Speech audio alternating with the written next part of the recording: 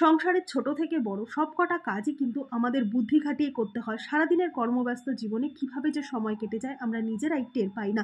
তাই সমস্ত কাজ যদি একটু গুছিয়ে করতে হয় তাহলে নিজেদের জন্য বেশ খানিকটা সময় আমরা রাখতে পারবো। তার জন্য জানতে হবে নানান ধরনের টিপস। আজকে সেই রকমই বেশ কিছু জানা অজানার টিপস তোমাদের সাথে শেয়ার করব। চলো তাহলে আজকের ভিডিওটা শুরু করে দিই। তো বন্ধুরা দেখো, যখন আমরা বই নিয়ে কোনো কিছু পড়াশোনা করি বা হয়তো দেখা যায় যে বাচ্চাদের আমরা বই পড়তে দিয়ে এদিক ওদিক চলে গেলাম, তখন কিন্তু তারা একটা পৃষ্ঠা পড়তে পড়তে সেই পৃষ্ঠাটা যদি হারিয়ে ফেলে বা পাখার হাওয়ায় যদি পৃষ্ঠাটা উড়ে যায়, সেক্ষেত্রে কিন্তু সেই আগের পড়ার পৃষ্ঠাটা তারা খুঁজে পেতে খুবই মুশকিলের মধ্যে পড়ে। কেবলমাত্র যে শুধু বাচ্চাদের এই সমস্যাটা হয় তা কিন্তু না, বড়দেরও কিন্তু এরকম সমস্যা হয় যে পড়তে পড়তে সেই পাতাটা হারিয়ে ফেলে। তো তখন আমরা কি করব? একটা যদি ছোট্ট আমরা কাজ করে নিতে পারি তাহলে কিন্তু এই পৃষ্ঠাটা আমাদের আর হারিয়ে যাবে না, যতই পাখার হাওয়ায় পৃষ্ঠাটা উড়ে যাক বা বইটা আমরা বন্ধ করে এদিক ওদিক যাই। তার জন্য এখানে নিয়ে নিয়েছি টিপের পাতা। আমাদের যখন টিপগুলো পড়ার পর টিপের পাতাটা খালি হয়ে যায় তখন এই খালি টিপের পাতাটাকে আমরা ফেলে দিই। তো এখানে আমি একটা ভর্তি টিপের পাতাতে দেখাচ্ছি, যখন খালি হয়ে যাবে তখন এই কোণার দিকের অংশটাকে এইভাবে কেটে নিতে হবে। কোণা করে এইভাবে কেটে নিয়ে তারপর যেই পৃষ্ঠাটা আমরা পড়বো সেই পৃষ্ঠার মধ্যে এইভাবে এই টিপের পাতার কোণার কেটে নেওয়া অংশটাকে এইভাবে আটকে দিয়ে তারপর যদি আমরা এদিক ওদিক যাই বা বইটা বন্ধ করে এদিক ওদিক চলে গেলাম বা হাওয়াতে পৃষ্ঠাটা উল্টে গেল, সেক্ষেত্রেও কিন্তু আমাদের সেই পৃষ্ঠাটা খুঁজে বার করতে অসুবিধা হবে না। তো দেখতে পাচ্ছ একবারেই কিন্তু সেই পৃষ্ঠাটা আমরা খুঁজে বের করতে পারলাম। তাই খালি টিপের পাতা ফেলে না দিয়ে যদি এই কাজটা আমরা করি নিই আমাদের কিন্তু অনেকটা সুবিধা হবে। আশা করছি টিপসটা কাজে দেবে। চলে গেলাম পরের টিপসে। তো বন্ধুরা দেখো, বাড়িতে যদি কোনো ছোট বাচ্চা থাকে তারা কিন্তু হামেশাই এরকম দেয়ালের মধ্যে কোনো কালার পেন্সিল দিয়ে হোক বা পেন্সিল দিয়ে এরকম নানান রকম আঁকিবুকি করে থাকে। তাদেরকে কিন্তু বারণ করলেও তারা শোনে না। আর এরকম ভাবে যখন দেয়ালের মধ্যে আঁকিবুকি করে রাখবে, আর আমরা যারা ভাড়া বাড়িতে থাকি কিংবা নতুন হয়তো বা ঘর রং হয়েছে তার পরে যদি এরকম ভাবে দেয়ালের মধ্যে রং করে দেয়, সেক্ষেত্রে কিন্তু অনেকটা অসুবিধার মধ্যে আমাদের পড়তে হয়। কিন্তু বাচ্চাদের বারণ করলে তো তারা শুনবে না। তাই এই পেনের কালি হোক বা কালার পেন্সিলের দাগ হোক, যদি আমরা দেয়াল থেকে খুব সহজে ওঠাতে যাই তার জন্য নিয়ে নিতে হবে একটা পারফিউম। এখানে পারফিউম বা বডি স্প্রে যা হোক একটা কিছু নিলেই চলবে। তো তারপর কি করব, এই যেখানে পেনের দাগ দিয়েছে সেই জায়গাতে ভালো মতন বেশ কয়েকবার স্প্রে করে দিতে হবে। আর এই স্প্রের মধ্যে যে একটা স্পিরিট জাতীয় ভাব থাকে তার জন্যই কিন্তু এই পেনের কালিটা সাথে সাথে উঠে যায়। তারপর একটা শুকনো কাপড় দিয়ে যদি এইভাবে হালকা হাতে এটাকে মুছে নেওয়া যায় তাহলে কিন্তু সুন্দর মতো পেনের কালির দাগটাও যেরকম উঠে যাবে, দেয়ালের কোনো এফেক্ট হবে না, দেয়ালের রঙও উঠবে না, আর সুন্দর মতো কিন্তু জায়গাটা পরিষ্কার হয়ে যাবে। ভাড়া বাড়িতে থাকলে কিন্তু এর একটা মস্ত বড় সমস্যার সমাধান আমরা করতে পারলাম। টিপসটা কেমন লাগলো কমেন্ট করে জানিও। চলে গেলাম পরের টিপসে। বন্ধুরা, আমরা মহিলারা কিন্তু কম বেশি নেল পালিশ পরতে খুবই পছন্দ করি, কিন্তু নেল পালিশ যখন আমরা পরি কিংবা হয়তো দেখা যায় ছোট বাচ্চারা আমাদের হাতে নেল পালিশ পরিয়ে দিল, সেক্ষেত্রে কিন্তু নখের থেকে হাতের সাইডের যে চামড়াগুলো সেখানে কিন্তু অনেকটা পরিমাণ নেল পালিশে এইভাবে দাগ পড়ে যায়। আর সেটা কিন্তু ওঠাতে গেলে দেখা যায় যে নখের মধ্যে থাকা নেল পালিশটাই উঠে যাচ্ছে। আর এইভাবে সাইডে যদি চামড়াতে লেগে যায় সেক্ষেত্রে কিন্তু একটা দেখতেও কিরকম লাগে। আর আমরা কোনো পার্টিতে বা অকেশনালি যদি এই নেল পালিশটা ঠিক এইরকমভাবে এলোমেলোভাবে পরে থাকি সেক্ষেত্রে কিন্তু খুবই একটা অস্বস্তির মধ্যে আমরা পড়ে যাই। তো কি করব, এখানে আমি নিয়ে নিয়েছি বোরোলিন। বোরোলিন নিয়ে নখের চারপাশে এইভাবে হালকা করে লাগিয়ে দিতে হবে, ঠিক নখের সাইডের চামড়াটায়। কোনোভাবেই কিন্তু নখের মধ্যে লাগানো যাবে না, আর নখের মধ্যে লাগলেও কিন্তু হালকা করে মুছে দিতে হবে। এইভাবে নখের চারধারে সাইডের যে চামড়াটা আছে সেই চামড়ায় মোটা করে বোরোলিন লাগিয়ে তারপর যদি আমরা উপর থেকে নেল পালিশ পরে নিই তাহলে যতই আমাদের হাত নড়াচড়ার ফলে বা বাচ্চারা যদি পড়ায় সাইডের চামড়াতে যদি এই নেল পালিশের দাগটা লেগেও যায় সেক্ষেত্রে কিন্তু খুব সহজে রিমুভ করা যেতে পারে।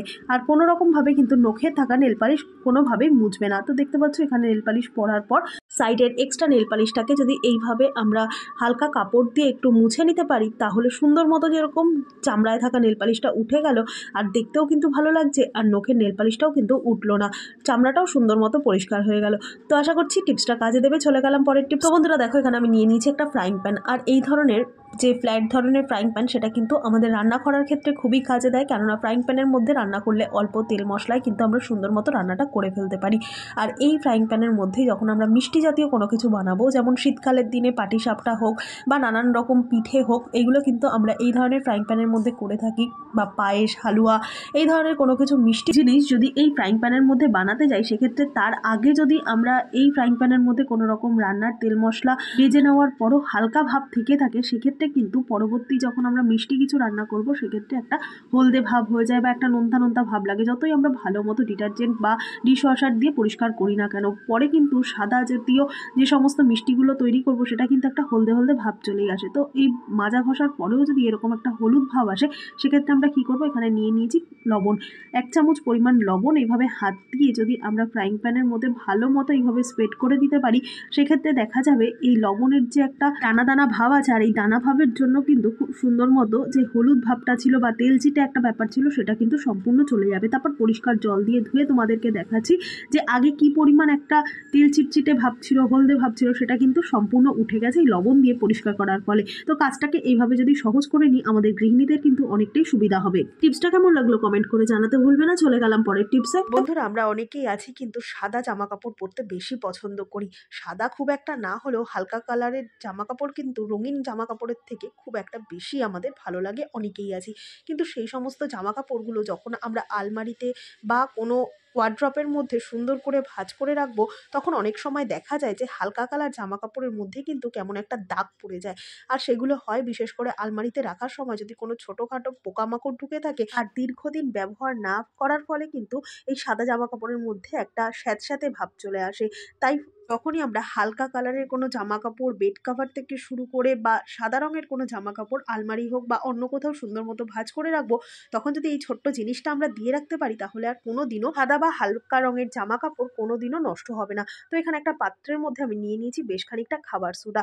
খাবার সোডা যে শুধুমাত্র আমাদের বেকিং বা ক্লিনিং বা রান্নাঘরের কোনো কাজের জন্য ব্যবহার করা হয় তা কিন্তু না। এই ধরনের ছোটোখাটো কাজেও কিন্তু আমরা খাবার সোডা ব্যবহার করতে পারি। তো একটা পাত্রের মধ্যে বেশ খানিকটা খাবার সোডা নিয়ে যদি আলমারির কোনো এক কোণায় আমরা রেখে দিই, সেক্ষেত্রে কোনো রকম পোকামাকড় যেমন আসবে না, সুন্দর একটা ফ্রেশ ভাব থাকবে সমস্ত সাদা হালকা রঙের জামা কাপড় থেকে, ফাঙ্গাস পড়বে না, কোনো স্যাঁতস্যাঁতে ভাবও কিন্তু আসবে না। তাই এবার থেকে ন্যাপথলিন দেওয়ার সাথে সাথে আলমারিতে কিন্তু বেশ খানিকটা সোডাও আমরা রাখবো। টিপসটা কেমন লাগলো কমেন্ট করে জানিও। চলে গেলাম পরের টিপসে। তো বন্ধুরা দেখো, শীতকালে যে আমরা সোয়েটার, উলের জ্যাকেট, চাদর এগুলো ব্যবহার করি, আর এগুলো কিন্তু আমাদের বেশ কদিন ব্যবহার করার পরপরই দেখা যায় কেমন একটা গন্ধ হয়ে যায়। যেহেতু শীতকালে আমরা নানান রকম বডি লোশন বা তেল জাতীয় জিনিসগুলো মাখি, সেক্ষেত্রে কিন্তু একটা চিটচিটে কেমন হয়ে যায় সোয়েটার জ্যাকেটগুলো, আর সাথে কিন্তু কেমন একটা গন্ধ হয়ে যায়। তাই আমরা চেষ্টা করি সপ্তাহে অন্তত 2বার করে কাচার। কিন্তু যদি দেখা যায় যে রোদ তেমন ওঠেনি, সেক্ষেত্রে এগুলো শোকানোর কিন্তু খুব একটা চাপ হয়ে যায়। তাই এগুলোকে না কাচা ধোয়া করে অন্তত 2 সপ্তাহে একবার যদি আমরা কাচি, একটু গ্যাপ দিয়ে দিয়ে যদি কাচা যায়, তাহলে কিন্তু অনেকটাই ভালো হয়। তো কিভাবে এটাকে আমরা ব্যবহার করার পরও ডিসইনফেক্টেড রাখতে পারবো, তারই একটা টিপস দেখাচ্ছি। এইভাবে যদি আমরা সপ্তাহে অন্তত 3 দিন পরিষ্কার করে নিতে পারি, তাহলে যেরকম বারবার কাচা ধোয়ার প্রয়োজন পড়বে না, সাথে খুব সুন্দর মতো একটা ফ্রেশ গন্ধও থাকবে আর কোনো রকম নোংরাও হবে না। তো তার জন্য কি করতে হবে, এখানে একটা বড় পাত্রের মধ্যে নিয়ে নিয়েছি বেশ খানিকটা লিকার চা। এখানে কিন্তু যে লিকার চাটা তৈরি করেছি, সেই চায়ের মধ্যে কোনো রকম চিনি বা কোনো রকম মশলাপাতি কিছু যোগ করিনি। নর্মাল প্লেন জলে একটু চা পাতা ফুটিয়ে জলটাকে ঠান্ডা করে নিয়েছি। এর মধ্যে দিয়ে দেবো 1 চামচ পরিমাণ খাবার সোডা। খাবার সোডা কিন্তু যে কোনো জিনিসের যে জার্মসটা, সেই জার্মসটা বা ব্যাকটেরিয়াটাকে মেরে ফেলতে খুব তাড়াতাড়ি সাহায্য করবে। ভালো মতো একটা চামচের সাহায্যে মিশিয়ে নেব। এরপর আমাদের ব্যবহার করা যে সোয়েটার, জ্যাকেট, চাদর এগুলো রয়েছে, এগুলোকে ভালো মতো খুলে নিয়ে ভিতরের দিকের অংশে এইভাবে পাউডার দিয়ে দেবো। ঘরে যে ধরনের পাউডার রয়েছে সেই পাউডারই ব্যবহার করবে। তবে খেয়াল রাখবে, এইভাবে পাউডারটা ডিরেক্ট দিলে কিন্তু কোনো জায়গায় বেশি, কোনো জায়গায় কম পড়ে যাবে। তাই একটা ছাঁকনির ব্যবহার করবে। ছাঁকনির মধ্যে বেশ খানিকটা পাউডার নিয়ে তারপর ছাঁকনিটাকে যদি এইভাবে ছড়িয়ে চারদিকে পাউডারটাকে দেওয়া যায়, তাহলে সব জায়গায় সমানভাবে পাউডারটা পড়বে আর কাজটাও কিন্তু অনেকটা সহজ হবে। তো দেখতে পাচ্ছ চারিদিকে পাউডারটা কিন্তু সমানভাবে পড়ছে।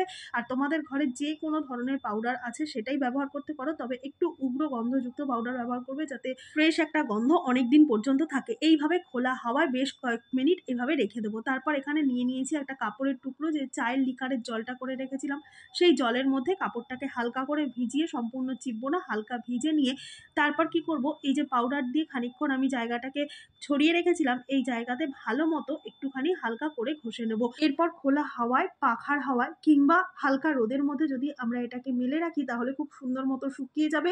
এর মধ্যে যা যা ব্যাকটেরিয়া বা জার্মস ছিল সেটা সম্পূর্ণ মরে যাবে আর খুব সুন্দর মতো একটা ফ্রেশ গন্ধ আসবে।